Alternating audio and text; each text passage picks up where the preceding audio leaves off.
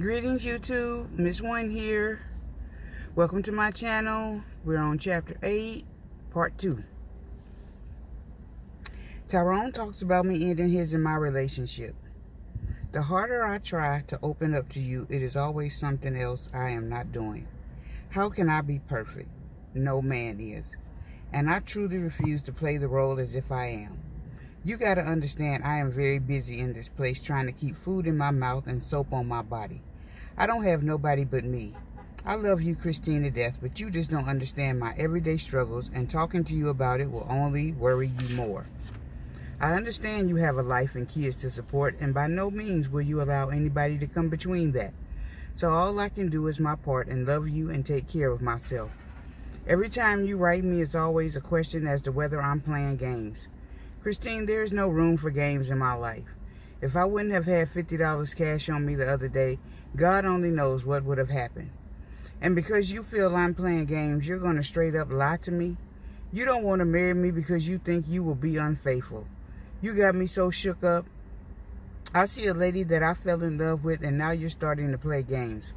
Well, I want no part of it. Your love is special to me, but you like to test people and do shit to see the outcome. I don't like it one bit, and I'm tired of it. If you think I'm going to be married or in love with a woman and live in this prison without, you got me mistaken, young lady. You don't owe me shit, but as my wife, I should be able to turn to you in time of need and vice versa.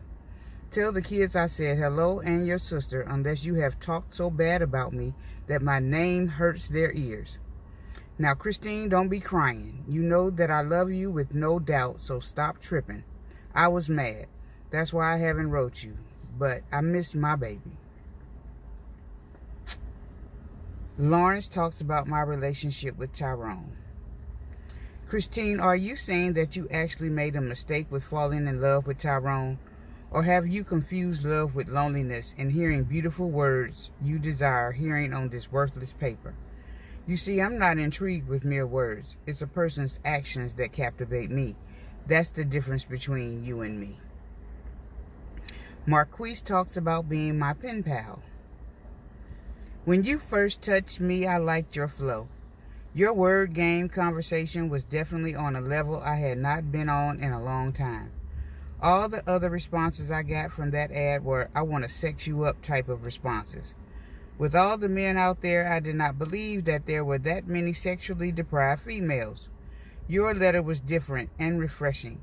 I felt if you wanted my opinion, then you deserved to hear the truth to the best of my ability. I didn't want to mislead you. It was obvious homeboy was not living up to your expectations. Bottom line, no queen should have doubts about her king. Tevin talks about me being a pen pal. I understand you write other people, but none of them is me. And I just want you to know that if we never hear from each other again, I think what you do for people is beautiful. You are a rare breed, see, and you will get your blessings. I just hope you don't overlook it. Please do not let anyone discourage you from uplifting and inspiring brothers on lock.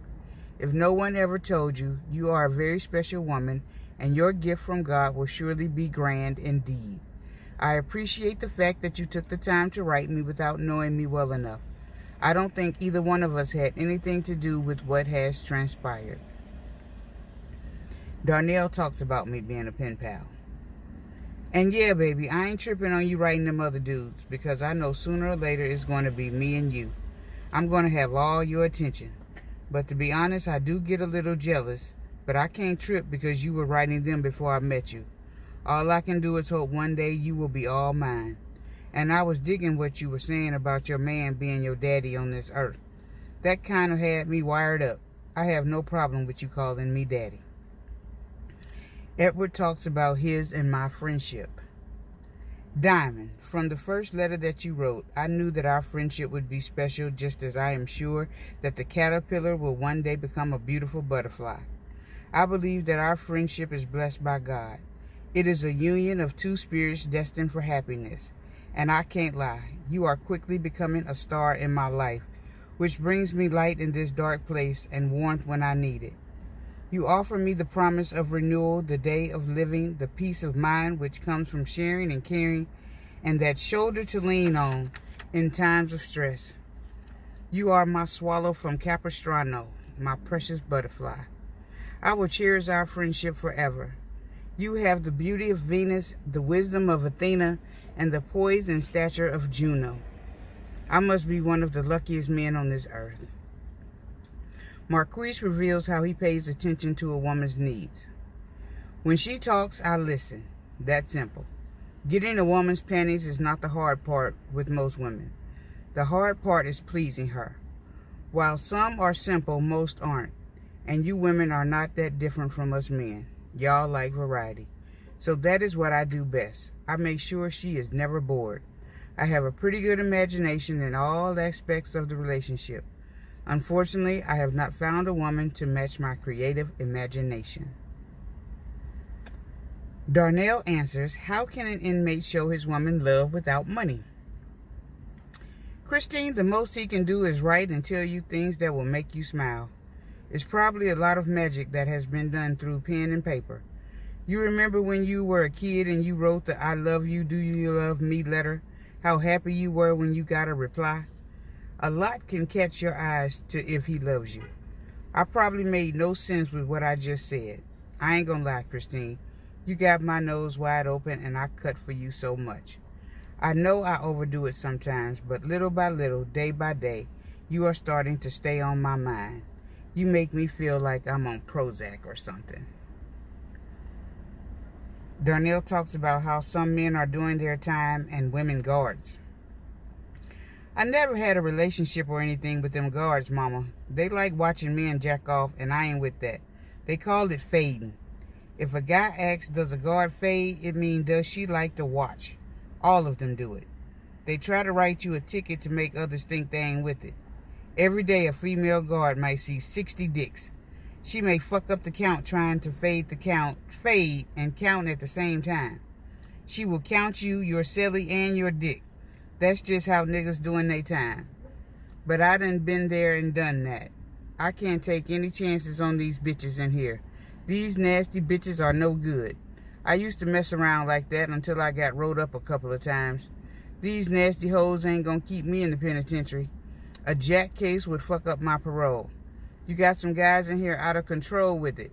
They walk around with their pants cut open with a razor.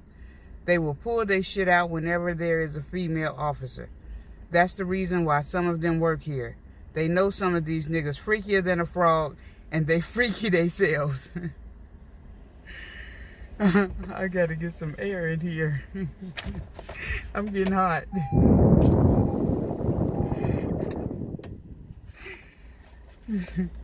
Lawrence talks about me finding a soulmate. You said your soulmate is being prepared as you two are being prepared. I wish you all the luck in your quest. Also, I hope you do not overlook him when he appears before you. We do sometimes let a wonderful opportunity to be with a very special person slip clean away with being afraid to make the first move. Being realistic about what is you are looking for, but don't be superficial. Physical beauty is a plus, and certainly we all want to have a good-looking mate, but that's not all there is to it. Hello? Jeremiah talks about parenting. Single parents tend to be like friends instead of parents because we feel this is what's missing out of our kids' life. Our main focus as adults is to provide a safe, healthy environment, provide emotional support, spend time with them, teach them responsible values, establish fair and consistent rules and limits, and sexual responsibility. In doing all of this, the lines of communication must be open. Tyrone talks about my relationship with my son, Brian. Put his ass on driving restrictions. Start putting your foot down as a mother. I understand Brian is your baby and the man of the household, but baby, you got to stop playing the role of a sister and go back to being a mother to him. It's to the point where you are somewhat afraid of your own child. But I don't mean to turn on him like a pit bull. I would try to school him, but I am not there, and he ain't trying to hear me. Darnell talks about keeping it real. Everything about you is real, Christine. You don't sugarcoat nothing you say. That's what I like about you. You tell it like it is. I always wanted a woman who would keep it real at all times. You answered my questions already about starting a relationship. I can wait. I feel in the end we are made for each other. I thought you weren't going to tell Tyrone you were writing me. You may have hurt the guy's feelings, but I know you were just being real about the situation. I ain't tripping on him, but he tripped out when he said I might try to harm you. Don't even think no thoughts like that. All I can do for you when I get out is show you all the love and affection that I can and keep a smile on your face. I'm not a violent guy. You will see that I am laid back all the time. If we got into an argument, I would never put my hands on you.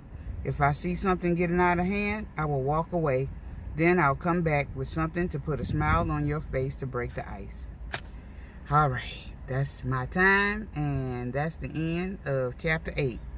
Chapter 9 starts with he wants to marry me. Woo! All right, y'all, I got to get in here. I got 1 minute to get inside, but I'm outside. So, and y'all see I'm sweating out here in this Texas heat. Woo, Lord.